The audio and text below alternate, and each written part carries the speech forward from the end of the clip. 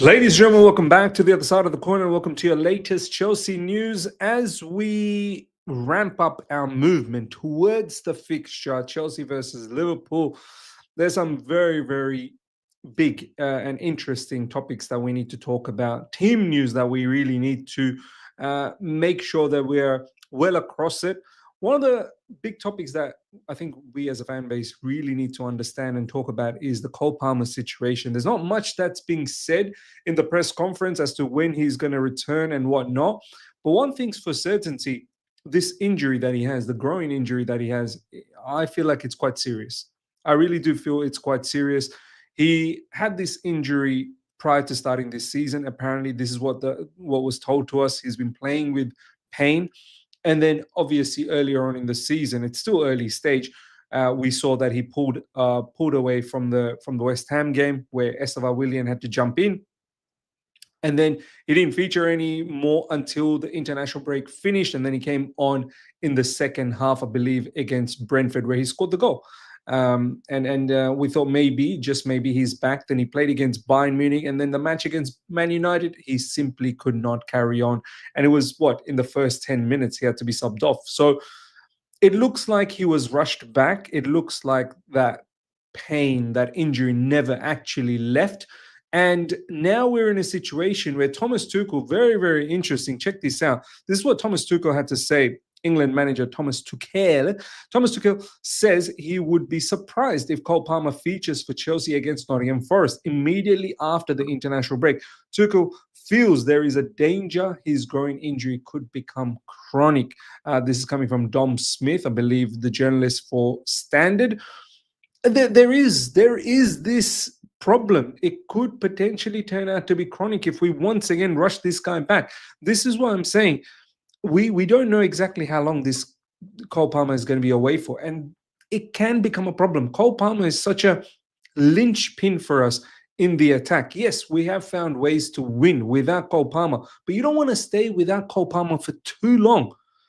Yeah, you can maybe make do with one game, 2 game, max 3 games, but you don't want to go without Cole Palmer for months in, months out.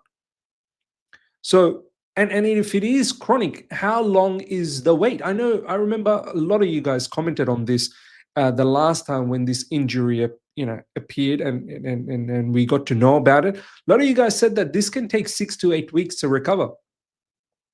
And of course, the last time we didn't allow 6 to 8 weeks for him to recover. We rushed him back, and then we triggered off the injury again. Once things become chronic, then it's a problem. Then it's a huge problem, because you may think you're back and you're fine. You come back, you play a couple of games, and the pain's back again, and you need to go back into the hospital bedrooms again. So we have to be very cautious as to what we're doing with Cole Palmer. We don't want it to become chronic. A lot of people are thinking and already penciling down after the international break, Nottingham Forest is going to feature. I don't know. I honestly don't know. I don't want it to be rushed once again. I want him to take all the essential rest as possible. And if there's a surgery that is required to eradicate this situation, so be it. So be it, because he's a young player, and you certainly don't want this injury to become chronic. It will really affect his career. So let's watch this space as to what's going on with Cole Palmer. One solution, I suppose, that we can have for the time being, and before we get to that solution, this is what Enzo Maresca had to say about Cole Palmer. I don't have any update at the moment. We have a meeting this week, and that in itself tells me that, yeah, the matter is a lot more serious than we think. It's not just a matter of him being away for a couple of weeks and that's it. I think this is a concern for us moving forward. Enzo Maresca on Estevan in the number 10. So this is potentially one solution. I know Facundo Bonanote has been deputizing in that position as well, but I'm not totally convinced with Bonanote. I feel like he's got talent. I've always said this, even when we ended up getting him from Brighton on loan, I said that there's something about him, but he's not the finished product. He's not the final product, and that's exactly what he's shown to us so far. I want to see a lot more of Bonanote off the ball as well, being gritty, winning the duels and winning the ball back. And then on the ball, I want him to be more decisive, want him to be more involved. Sometimes I feel like Bonanote, he's ghosting, he's just drifting in the game. But the other option is Esteval William, potentially being in the number 10, which would mean we'd have to use either Gittins or Garnacho on that left. And then on the right, you got Pedro Neto, which I don't mind actually, Pedro Neto on the right. It allows him to open up his body and then do that inverted cross. But Esteval William in the 10, I think, is potentially a good solution. I feel like he's got the technical ability. However, you do need to be very, very physical in that area. And I think this is what Enzo Maresca says. We consider all of our players to give them minutes in all positions. Esteval reminds me a lot of Cole when Cole was with me in the under-23s at City. Cole's path has been similar to Esteval's path in terms of starting wide as a winger, and then slowly you can move inside. In the Premier League, if you want to play in the middle, you need to be physically prepared. That's true, because you're going to get crunched. And a lot of the times you might have someone next to you. You're gonna have to use your body to ensure that you can shrug them off, turn, and then use your technical abilities to go. So I'm backing Esteval William to be able to do that. This is a player that's been endorsed by Jose Mourinho. Jose Mourinho has said this kid is ready. He's a special kid. So when you're getting that type of praise from Jose Mourinho, there is something definitely special about you. So let's see how we utilize Esteval William in moving forward. Are we going to do this against Liverpool? Are we going to do this moving forward in the games where Cole Palmer is unavailable? We shall see, ladies and gentlemen. I'm excited. We need to use Esteval William more in the central areas where he can find those passes and also open himself up to score goals, much like what Cole Palmer does. Next up, really good information in regards to Marc Guiu coming from Enzo Maresca. So all of those people that were thinking, oh, no, but we're not going to use Marc Guiu because we want to loan him out. Enzo Maresca saying, no, I've got every intention to use him. Now it's a matter of, let's see if you do use him. I do feel he will use him, and he needs to. Enzo Maresca needs to utilize his squad to the fullest. This league, ladies and gentlemen, this is a scary league, man. This is a very, very strong league. Look at what Bournemouth's doing. Bournemouth are second. I know it's early days. Semenyo, he's absolutely ripping it apart. This guy is skyrocketing to the top. He's going to end up going to a big club, and Bournemouth are going to clean up again. You got to utilize your squad. A manager like Areola, look at the amount of big players he's lost, right? Dean Huijsen. Then you've got these other CVs, Zabernier in PSG. Who else did he lose? I'm definitely missing someone. He lost someone big, some other big player, not Semenyo, but I'm sure he's lost another big time player. I can't think of it at the moment, but he's lost some major players, man. He's lost some major players, and he's still carrying on. This is why I feel like Enzo Maresca, you need to start showing your credentials. And I know you have. I'm not saying that you haven't, but utilize your squad to the fullest. Absolutely utilize your squad to the fullest. Enzo Maresca on if Marc Guiu's development being risked. I don't think so. He's back with the big club like Chelsea. Again, he's going to get minutes with us, no doubt. The development for a young player is not all about games. It's also about training. He's working with us. And I think this is what it came down to previously. We were thinking, why isn't he playing?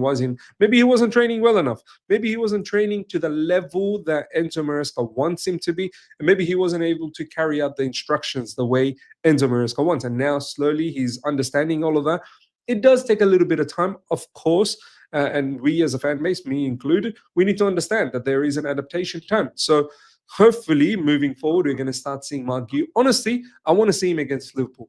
I think it just gives something different up front, a different focal point, allows João Pedro to be in the number 10 position, which is also another solution, by the way.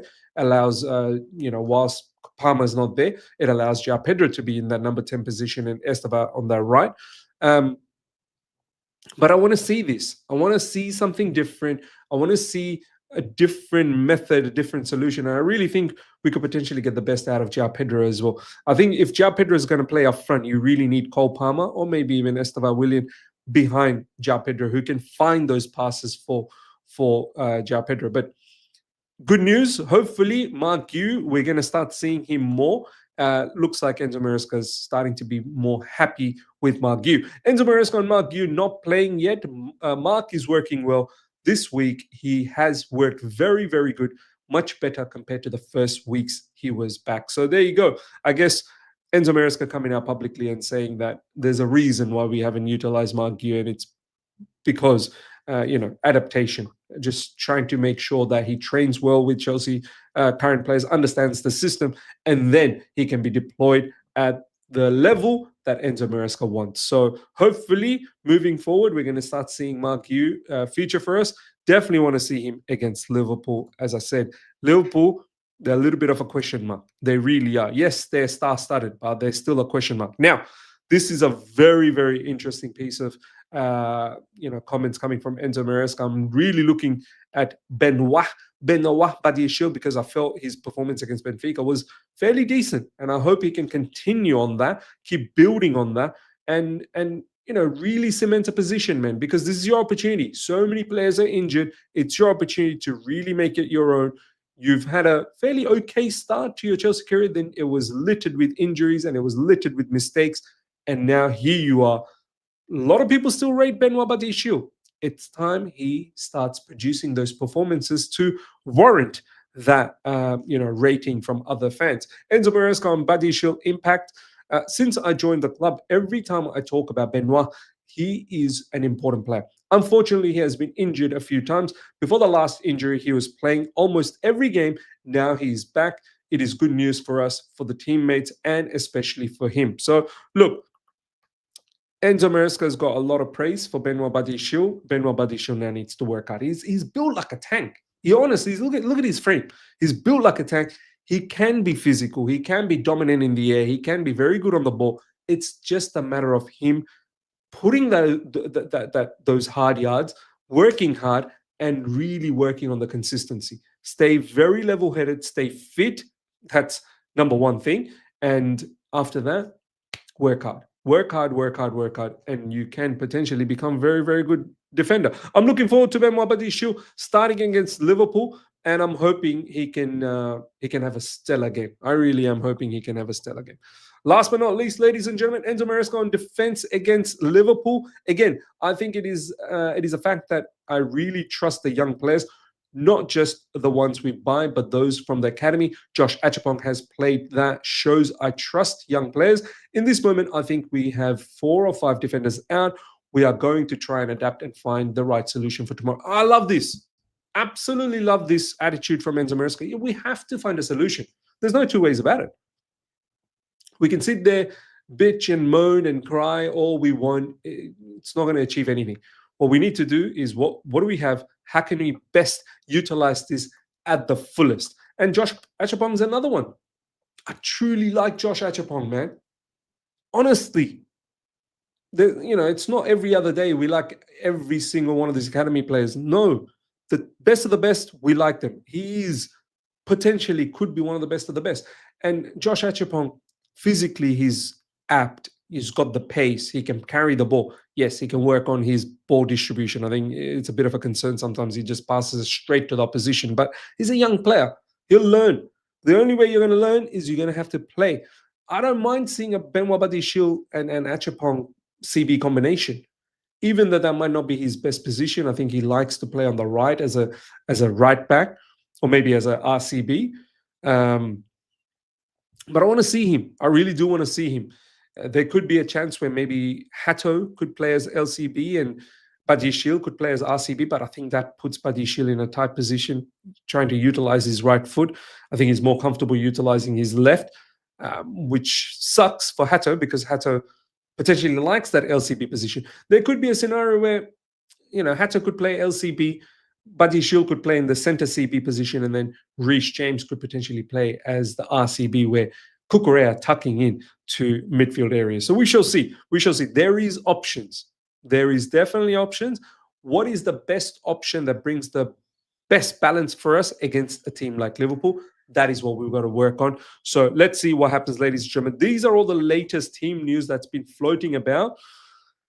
Tomorrow early morning, I'll drop the preview for the Liverpool game. It's going to be another very, very interesting and a funny one for you guys. But I believe in that. I believe in that preview. So look out for that. I might actually premiere that. So I think that's going to be a very interesting one. If you've enjoyed all of this news, latest news from Chelsea, smash up the like button. If you're here for the first time, subscribe, hit the bell notification to stay in touch with all my content, and the QR code for the second channel, ladies and gentlemen. Make sure you subscribe to the second channel. We'll drop some very, very good content over there very, very soon. So make sure you check that out. Until next time, everyone, take care. See ya.